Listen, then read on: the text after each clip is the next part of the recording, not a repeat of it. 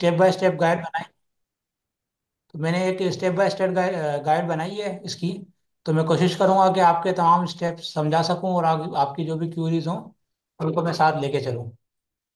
तो और ये जो मैंने अपनी तक जो भी अपना ये वर्क किया है, ये मैंने ऑफिशियल जो डॉक्यूमेंटेशन है यहाँ पे kubernetes.io से, उसको फॉलो करते हुए किया है।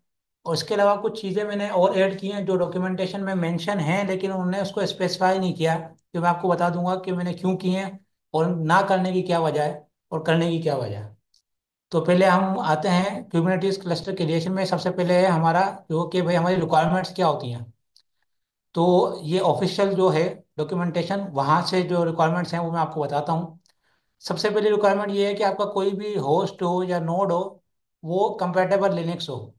कंपैटिबल लिनक्स का मतलब ये है कि कुबरनिटीज जो अपनी ऑफिशियल वेबसाइट है वहाँ पे ये शो करता है कि डेबियन बेस या रेड हैट बेस लिनक्स होनी चाहिए। क्योंकि उनकी जो अपने पैकेजेस हैं कुबरनिटीज के, वो उन दोनों लिनक्स के लिए बनाए गए हैं। मैं जो यूज़ कर रहा हूँ यहाँ पे वो Ubuntu सर्वर 24.04 LTS यूज़ कर रहा हूँ, जो कि आप यहाँ से डाउनलोड कर सकते हैं Ubuntu की वेबसाइट से। तो उसको लेने देते हैं अभी। तो मैं तमाम नोट्स जो है मेरी वो Ubuntu LTS सर्वर पे बनी हुई है। इसके अलावा दूसरी रिक्वायरमेंट क्या है कि हमारी कम हर नोड में कम से कम 2 GB की रैम होनी चाहिए। 2 CPU होने चाहिए हमारे मास्टर कंट्रोलर के पास, और मिनिमम 1 CPU होने चाहिए वर्कर नोड के पास। तो जो भी लोग VMs बना रहे हैं तो वो काइंडली इन इंस्ट्रक्शंस को फॉलो करें कि कम से कम 2 GB रैम हो हर मशीन में, 2 CPU हो कंट्रोल पैनल में, और 1 CPU हो वर्कर नोड में। उसके बाद है फुल नेटवर्क एक्सेस कनेक्टिविटी। इसका मतलब आपके जो नोड्स हैं वो आपस में एक दूसरे से कम्युनिकेशन कर सकें। इसका आसान तरीका क्या है कि आप तमाम नोड्स को, मास्टर और वर्कर नोड्स को आपस में ड्यूल वे पिंग करके देख लें। अगर वो एक दूसरे को पिंग कर रहे हैं, इसका मतलब ये उनकी कनेक्टिविटी का कोई इशू नहीं है। तीसरा, ये जो सबसे इम्पोर्टेंट पॉइंट है वो ये वाला पॉइंट है कि हर एक आपकी जो नोड है उसका IP एड्रेस यूनिक हो, उसका होस्ट नेम यूनिक हो, उसका मैक एड्रेस यूनिक हो, और इसकी प्रोडक्ट UUID यूनिक होनी चाहिए। अब आप कोई भी विंडो की VMs बनाते हैं, लिनक्स की VM बनाते हैं, आप उसका IP एड्रेस और होस्ट नेम चेंज कर सकते हैं। लेकिन मैक एड्रेस और प्रोडक्ट UUID जो होती है वो कंपनी मैन्युफैक्चरर की तरफ से होती है। तो उस वो आपको चेंज करने की जरूरत नहीं होती। अच्छा, आपको अगर IP और होस्ट नेम चेंज करना है तो यहाँ पे मैंने ये एक पूरी स्क्रिप्ट बनाई हुई है। आप उसको फॉलो करके मैनुअली अपना जो है होस्ट नेम और ID जो है चेंज कर सकते हैं। अब दूसरी बात यह है कि मैक एड्रेस और UID जब आप VM पे बनाते हैं तो ये दोनों चीज़ें जो है, जो भी आपका VM सर्वर सॉफ्टवेयर आप यूज़ कर रहे हैं, बोले वो आपका वर्चुअल बॉक्स हो, VMवेयर हो, प्रॉक्समॉक्स हो, या कोई और हो, तो वो ऑटोमेटिक असाइन करता है। अब इशू ये आता है कि बहुत से लोग, जैसे अगर मैंने यहाँ पे VM बनाई है एक, मैंने अगर ये VM बनाई है लुबंटू सर्वर की, अब मैं क्या कर रहा हूँ, मैं एक VM बनाता हूँ और फिर उसके बाद अगर क्लोन कर लूँ, मल्टीपल VMs हो जाएंगी मेरे पास। उससे इशू ये होगा कि हो सकता है क्लोन करने से मैक एड्रेस और UID सेम हो जाए, और हमारा जो है एनसिबल मतलब सॉरी क्यूबरनेटिस क्लस्टर क्रिएशन के वक्त एरर आ रहे हैं। तो अगर आप VMs बना रहे हैं तो मैं सजेस्ट यही करूंगा कि हर कोई अपना VM जो है पूरा स्टार्ट से करे, बिल्कुल न्यू VM बनाए। अगर 3 नोड बनाए तो बिल्कुल न्यू 3 नोड्स बनाए, किसी एक को क्लोन ना करें तो बेहतर है। उसके बाद अगले पॉइंट पे आते हैं। अगले पॉइंट क्या कहता है कि भाई सर्टन पोर्ट्स जो हैं वो हर मशीन के अंदर आपके अवेलेबल होने चाहिए। वो मैं दिखा देता हूँ आपको ऑफिशियल क्या कह रही है। एक मिनट में इन दोनों को बंद कर देता हूँ।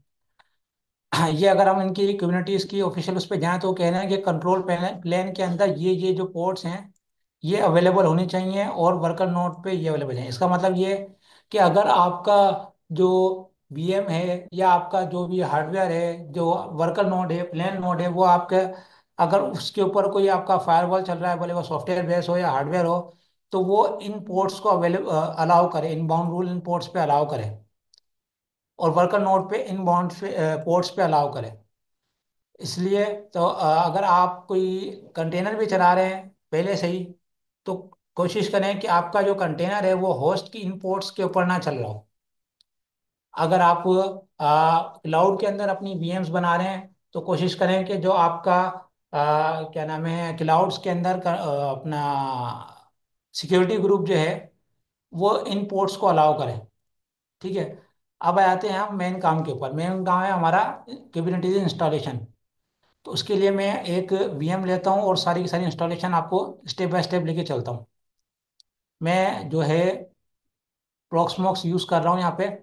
प्रॉक्समॉक्स में आप देख सकते हैं ये तीन वीएम्स जो हैं ये मैंने कुबरनेटिस के लिए बनाई हैं। पहली है कंट्रोलर, दूसरी है वर्कर, तीसरी है वर्कर टू। मैं वर्कर टू को लेता हूँ, इसके ऊपर सारी इंस्टॉलेशन स्टार्ट करता हूँ। मैंने इसको स्टार्ट कर दिया अपनी वीएम को।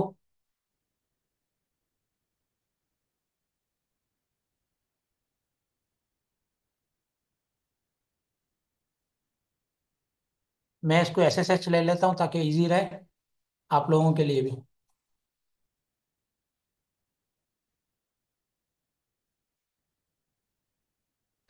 अच्छा, ये इंस्टॉलेशन की क्या डिपेंडेंसीज हैं इसको चलाने की, कुबरनेटी को? जी जी, वो स्टेप बाय स्टेप में आ रहा हूँ। अभी इंस्टॉलेशन शुरू हो रही है, आपको हर चीज़ देख लेंगे। अच्छा अच्छा, सॉरी।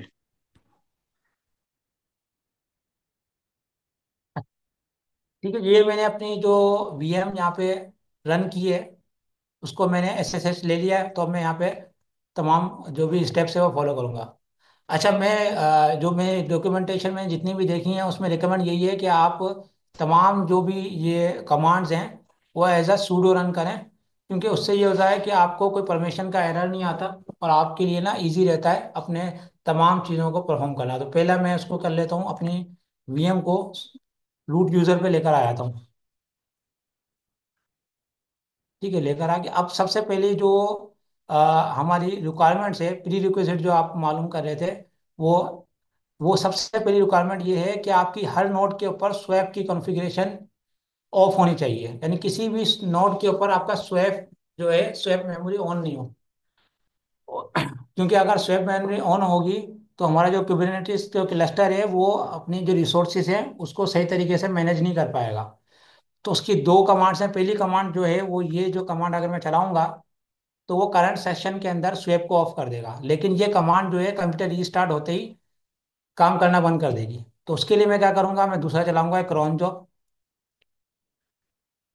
ये क्रॉन जॉब क्या करेगा, ये क्रॉन जॉब ये करेगा कि जब भी हमारा सिस्टम रीस्टार्ट होगा तो उसको स्वेप को ऑफ कर देगा। मैं चेक भी कर सकता हूँ कि अगर ये मेरी क्रॉन जॉब, ये देखें मैंने क्रॉन टैप डॉट एल किया, डैश एल किया, तो ये नजर आ रहा है कि एड रीबूट पे स्वेप को ये ऑफ कर देगा। यानी अब जब भी हमारी ये नोट रीस्टार्ट होगी ऑटोमेटिकली स्वेप ऑफ हो जाएगा, आपको मैन्युअली जाके स्वेप ऑफ करने की जरूरत नहीं है। उसके बाद आते हैं नेटवर्क कॉन्फ़िगरेशन पे। मैं इसके लिए आपको ऑफिशियल्स इसकी डॉक्यूमेंटेशन खोल के दिखा देता हूँ। ये ऑफिशियल डॉक्यूमेंटेशन है। उसके अंदर उन्होंने कहा है कि आपकी हर नोड के ऊपर IPv4 की फॉरवर्ड ऑन होना चाहिए, IPv4 पैकेट फॉरवर्डिंग ऑन होना चाहिए। लेकिन यहाँ पे सिर्फ इन्होंने इतनी सी स्क्रिप्ट दी है और यहाँ पे मैंने मल्टीपल चीज़ें दी हैं। अब मैं वो समझा देता हूँ मैंने मल्टीपल चीज़ें क्यों ली हैं। अब यहाँ पे आप देखें तो यहाँ पे लिखा हुआ है कि some might also expect to other system CTL parameters to be set, kernel modules to be loaded. मतलब ये कह रहे हैं कि कुछ सिस्टम्स के ऊपर आपको अदर पैरामीटर्स को भी इनेबल करना पड़ेगा और कर्नल मॉड्यूल्स को लोड करना पड़ेगा।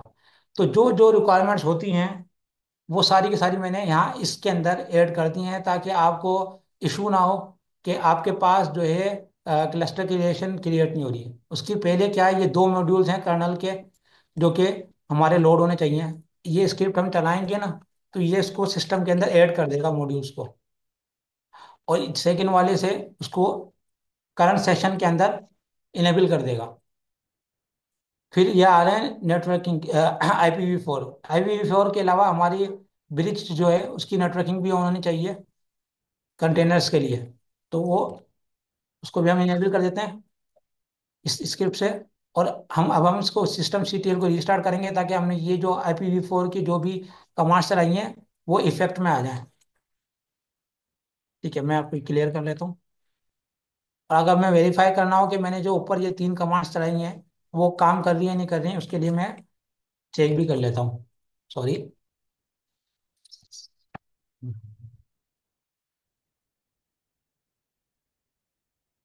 ये देखें इन सबकी वैल्यू 111 शो हो रही है। मतलब ये कि मेरा IPv4 फॉरवर्ड भी इनेबल हो गया है, ब्रिज फॉर IPv4 भी इनेबल हो गया, ब्रिज फॉर IPv6 भी इनेबल हो गया। ठीक है। अब आपको पता है कि कुबरनेटिस जो है उसके अंदर पॉड्स क्रिएट होते हैं, हर पॉड के अंदर एक कंटेनर होता है, और कंटेनर को रन करने के लिए कंटेनर रन टाइम की जरूरत होती है। तो as per official documents Kubernetes के ये चार तरह के कंटेनर रन टाइम्स हैं जिसको कुबरनेटिस सपोर्ट करती है। हम कंटेनर डी को यूज कर रहे हैं जो कि वाइडली यूज होने वाला कंटेनर रन टाइम है, और ये नेटिव होता है कुबरनेटिस के। मतलब ये कि अगर आप कंटेनर डी यूज कर रहे हैं तो आपको कोई और इजाफी, इसके इंस्टॉलेशन के अलावा कोई और इजाफी इसके अंदर ना क्या कहते हैं प्लग इन ऐड नहीं करना पड़ेगा उसको करने के लिए। अच्छा तो कंटेनर। इसमें जी क्या है, जी। इसमें और जी जी। डॉकर में क्या फर्क है? जी जी। अब यहाँ पे अगर आप आएंगे तो यहाँ पे चार ऑप्शंस दे रहा है, ठीक है। Container D, cryo, docker engine और मेनेंटिस। अब अच्छा। कंटेनर डी और डोकर इंजन ये है कि डोकर इंजन जो है वो कंप्लीट पैकेज है जिसमें डोकर के तमाम कंपोनेंट्स होते हैं, ठीक है। और कंटेनर डी सिर्फ डोकर इंजन का रन टाइम है और कुछ नहीं है। यानी ये लाइट वेट सिर्फ डोकर रन टाइम है जो कि सिर्फ और सिर्फ कंटेनर चलाना है। और अगर आप चाह रहे हैं कि आप कंटेनर चलाने के अलावा मल्टीपल और काम करना चाह रहे हैं, इमेज अपनी खुद की बिल्ड करें, मल्टीपल काम और करना चाह रहे हैं, तो आप डोकर इंजन को यूज करेंगे। तो लेकिन मैं यहाँ ज्यादातर पे। कौन सा इस्तेमाल होता है? जी। ज्यादातर कौन सा इस्तेमाल होता है इंडस्ट्री में?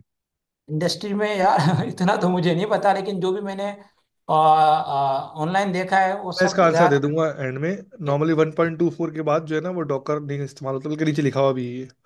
पहले डॉकर हम्म। पर डिपेंडेंसी थी, हमने स्टार्ट में डिस्कस भी किया था। कंटेनर डी अब आइडियल यूज होता है। कम्युनिटीज भी जो है ठीक है। वो बोलता है कि आप कंटेनर डी यूज करें, बिकॉज ये जेनेरिक है ना। डॉकर एक स्पेसिफिक कंपनी का है। ठीक है, थैंक यू। अच्छा कंटेनर डी की इंस्टॉलेशन वो सेम होगी जैसे हमने डोकर इंस्टॉल किया था, जब हमने डोकर की क्लैप की थी। बस उसमें हमें लास्ट में एक कमांड को चेंज करना पड़ेगा। तो जैसे हमने किया था कि ये पहले इंस्टॉल करने से पहले कुछ प्री रिक्विजिट्स हैं वो हम कर लेंगे।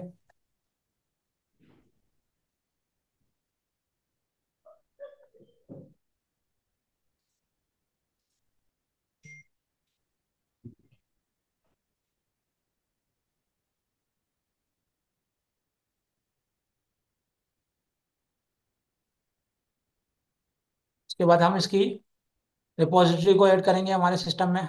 अच्छा ये मैं आपको बता दूं, ये यूबंटू के लिए जो मैं कमांड चला रहा हूँ ये सब सिर्फ यूबंटू के लिए है। अगर आप यूबंटू के अलावा कोई और ऑपरेटिंग सिस्टम यूज़ कर रहे हैं तो आपको ये चेंजेस करनी पड़ेंगी। मैं अपनी एपीटी को अपडेट करूंगा और कंटेनर डी को इंस्टॉल कर लूंगा। अच्छा ये मेरा इंटरनेट थोड़ा स्लो है तो हो सकता है इसमें थोड़ा वक्त लगे, मैं आगे आपसे कुछ डिस्कस कर लेता हूँ जब तक ये डाउनलोड हो रहा है।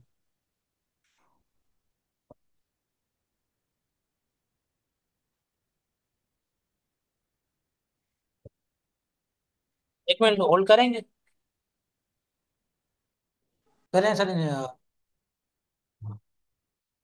तो हमारा कंटेनर डी इतना इंस्टॉल हो रहा है तो हम आगे आ जाते हैं।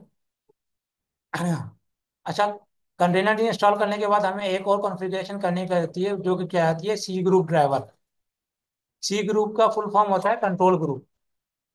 सी ग्रुप का काम क्या होता है? सी ग्रुप का काम ये होता है कि किसी भी लिनक्स के अंदर जो भी प्रोसेसेस चल रहे हैं उनको रिसोर्स एलोकेट कराना। यानी अगर मेरा, जैसे ये अभी मैं अपना जो मेरा खुद का लिनक्स ऑपरेटिंग सिस्टम है वो लिनक्स मिंट है, और मैंने अभी ये ब्राउजर खोला हुआ है। तो सी ग्रुप जो है वो ब्राउजर को सीपीयू मेमोरी और जो भी रिक्वायरमेंट होंगी वो रिसोर्सेज एलोकेट कर रहा होगा। और ऑफिशियली जो है देरा दो तरह के सी ग्रुप होते हैं, एक सी ग्रुप एफएस और systemd. C group FS जो है वो पुराने लिनक्स के अंदर यूज होता है, और सिस्टम डी जो है वो न्यू मॉडर्न लिनक्स के अंदर यूज होता है। तो अगर हमें अपनी विंडो के लिहाज से कंटेनर रन टाइम को इन्फॉर्म करना होगा कि भाई आप इस सी ग्रुप को यूज करें, तो हमें अभी कंटेनर सेटिंग कॉन्फ़िगरेशन में जाना पड़ेगा कंटेनर रनिंग टाइम की, और उसको इनेबल करना पड़ेगा कि वो सिस्टम डी के ऊपर काम करे, क्योंकि उसको भी रिसोर्स एलोकेट करनी होंगी कंटेनर्स के लिए। मैं मेरी इंस्टॉलेशन कंप्लीट हो गई है। अच्छा पहले एक ये कमांड है, ये कमांड करती क्या है? ये कमांड ये करती है कि जब आप कंटेनर रन टाइम को इंस्टॉल कर लेते हैं तो उसकी कुछ प्री से पहले से ना सेटिंग्स हुई भी होती हैं। ये उन सबको डिफॉल्ट पे कर देती है, ताकि आप उसको अपने लिहाज से जो भी चेंजेस करनी है वो कर लें।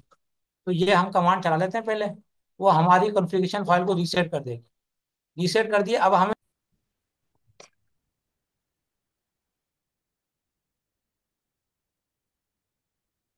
तो मैंने जो है कॉन्फ़िगरेशन फाइल को रीसेट कर दिया है, जो कि मैं दोबारा कर देता हूँ, चलो कोई मसला नहीं है। उसके बाद हमें कॉन्फ़िगरेशन फाइल में जाके कंटेनर डी को बताना है कि भाई आपको सिस्टम सी ग्रुप के ऊपर काम करना है। उसके लिए मैं जाऊंगा, मैं फाइल को खोलूंगा नैनो करके, और मैं नीचे आऊंगा इस फाइल में। आ, कहाँ गया, ये रहा, ये देखें, सिस्टम डी सी ग्रुप, ये हुआ है फॉल्स। तो हमें इसको करना है ट्रू। हम इसको ट्रू करके सेव कर देंगे। तो अब हमारा जो कंटेनर रन टाइम है वो सिस्टम डी को यूज करेगा अपनी रिसोर्स एलोकेशन के लिए, जो कंटेनर्स के लिए वो यूज करता है। अच्छा, ये जो मैंने काम किया है नैनो करके और उसके अंदर जाके एडिट करा है, आप ये सिंगल कमांड चला के भी कर सकते हैं। आपको मैन्युअली जाके नैनो के अंदर नहीं कर सकते, करने की जरूरत नहीं है। ये मैंने दोनों तरीके लिख दिए हैं, आप चाहें तो डायरेक्ट बस ये कमांड चलाएं, वो ऑटोमेटिकली ये कमांड जो है जाएगी सिस्टम डी के अंदर, सिस्टम डी सी ग्रुप की फॉल्स वैल्यू को रिप्लेस कर देगी सिस्टम डी सी ग्रुप की ट्रू वैल्यू से। उसके बाद आप कंटेनर रन टाइम को रीस्टार्ट कर दें, ताकि जो भी हमने कॉन्फ़िगरेशंस किए हैं वो इसके अंदर इफेक्ट आ जाए। ठीक है, हमारा ये कंटेनर भी रीस्टार्ट हो चुका है, कंटेनर रन टाइम। अब आते हैं हम मेन अपने कुबरनेटिस इंस्टॉलेशंस के ऊपर। अब कुबरनेटिस जो है वो, आप जैसे सर ने क्लास में बताया था कि मल्टीपल तरीके की होती हैं। किसी के अंदर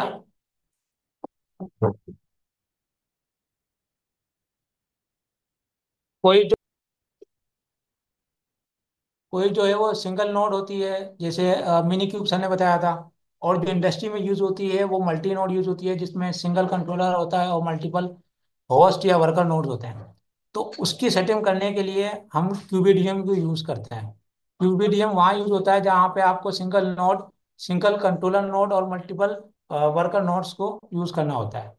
ये हम अगर उसकी ऑफिशियल्स पे जाएं, तो यहाँ पे इसकी तमाम स्पेसिफिकेशन मौजूद हैं कि आपको इंस्टॉलेशन वगैरह कैसे करनी है। मैंने इन सबको समराइज करके यहाँ लिख दिया है। सबसे पहले हम अपने सिस्टम को अपडेट कर देंगे, रिपोजिटरी को। और फिर ये इंस्टॉलेशन की सब तरीके हैं उस पर चलेंगे। अच्छा, ये सब जो है वो डेबियन बेस पे हैं, और यूबंटू वैसे भी डेबियन बेस होती है, इसलिए ये उसमें वर्क कर जाएगा।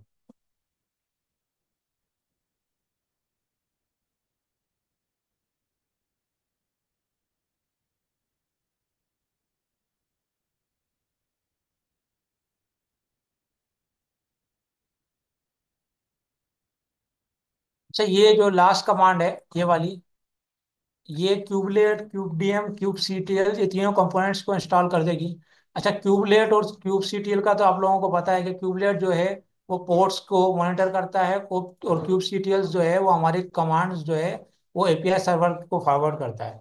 लेकिन क्यूबीडीएम का जो मेन काम होता है वो होता है कि क्लस्टर को क्रिएट कराना और ज्वाइन कराना। वर्कर नोड पे ये क्या करेगी, क्लस्टर को ज्वाइन कराएगी, और कंट्रोलर नोड पे क्लस्टर को क्रिएट करेगी। मैं यहाँ पे ये कमांड नहीं चला रहा, क्योंकि ये जो कमांड है, क्यूबलेट जी जी, क्यूबलेट क्या करती है, सॉरी? क्यूबलेट जो है वो इंश्योर करती है कि हमारे पोर्ट्स जो हैं वो अप एंड रनिंग चलते रहें। ओके। और क्यूब सीटीएल जो है वो हमें कम्युनिकेशन प्रोवाइड करती है हमारे एपीआई सर्वर से, जो हमें काम करवाना हो। हम हर कमांड के आगे क्यूब सीटीएल लिखते हैं, वो एपीआई सर्वर को हमारी कमांड्स को फॉलो कर रही होती है। लेकिन क्यूब डीएम एक एक्स्ट्रा टूल है, जो कि सिर्फ क्लस्टर की क्रिएशन और ज्वाइनिंग के लिए यूज होता है। अच्छा, मैं यहाँ पे इंस्टॉल ये नहीं कर रहा, क्योंकि मेरा इंटरनेट स्लो है, काफ़ी वक्त लग जाएगा। मैं डायरेक्ट आपको उस वीएम पे लेके चल लेता हूँ जहाँ पे मैंने ये इंस्टॉल किए हैं पहले से। और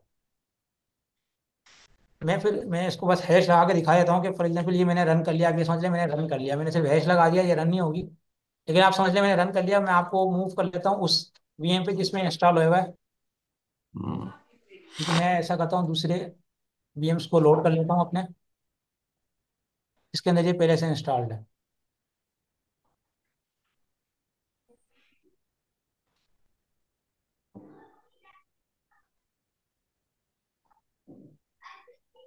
ठीक है, मैं यहाँ से SSH से भी एग्जिट कर लेता हूँ और दूसरे नोड को ज्वाइन कर लेता हूँ।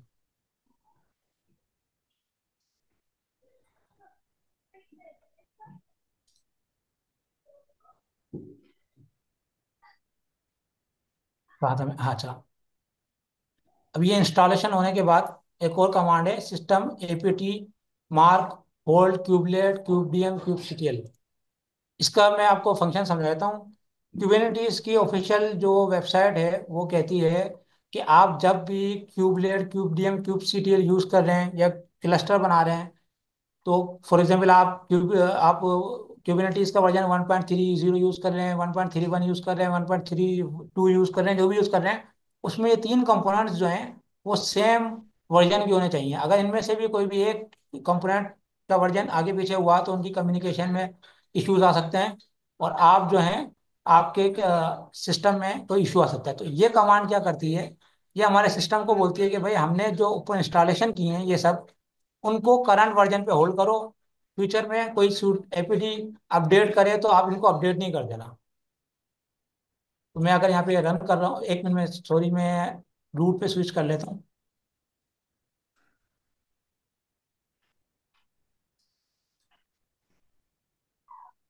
अब ये तीनों होल्ड पे हो गए, मतलब जो भी मैंने वर्जन यहाँ इसमें इंस्टॉल किया था अभी इस पे होल्ड हो गया। अब मैं sudo एपीटी अपडेट करूंगा कभी भी फ्यूचर में और अपग्रेड करूंगा, तो ये इन तीन पैकेजेस को हाथ नहीं लगाएगा, कुछ चेंजेस नहीं करेगा। ठीक है, अब नीचे आते हैं। अच्छा, ये क्या कर रहा है, ये क्यूब लेआउट को इनेबल कर रहा है हमारे। इस कमांड का सिर्फ एक ही काम है कि भाई अब जो इंस्टॉलेशन हो गई है उसमें क्यूब लेआउट को आप हमारे नोड पे इनेबल कर दो। इसका कोई काम नहीं है।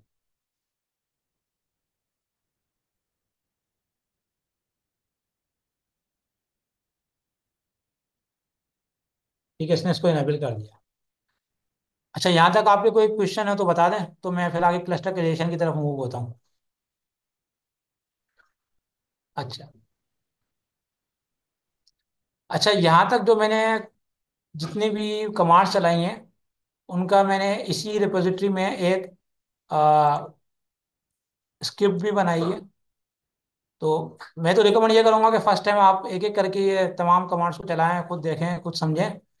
और अगर फिर मल्टीपल नोड्स पे आप काम कर रहे हैं तो यहाँ तक जो है इंस्टॉलेशन तक आप इस बेसिक स्क्रिप्ट को फॉलो कर सकते हैं, डाउनलोड करके रन कर सकते हैं। वो ऑटोमेटिकली तमाम काम कर देगा, लेकिन ये सिर्फ एक काम नहीं करेगा, जो कि है फर्स्ट क्रोन जॉब रन करना, जो हमने स्टार्ट में की थी स्वैप को ऑफ करने के लिए, वो आपको मैन्युअली करनी होगी।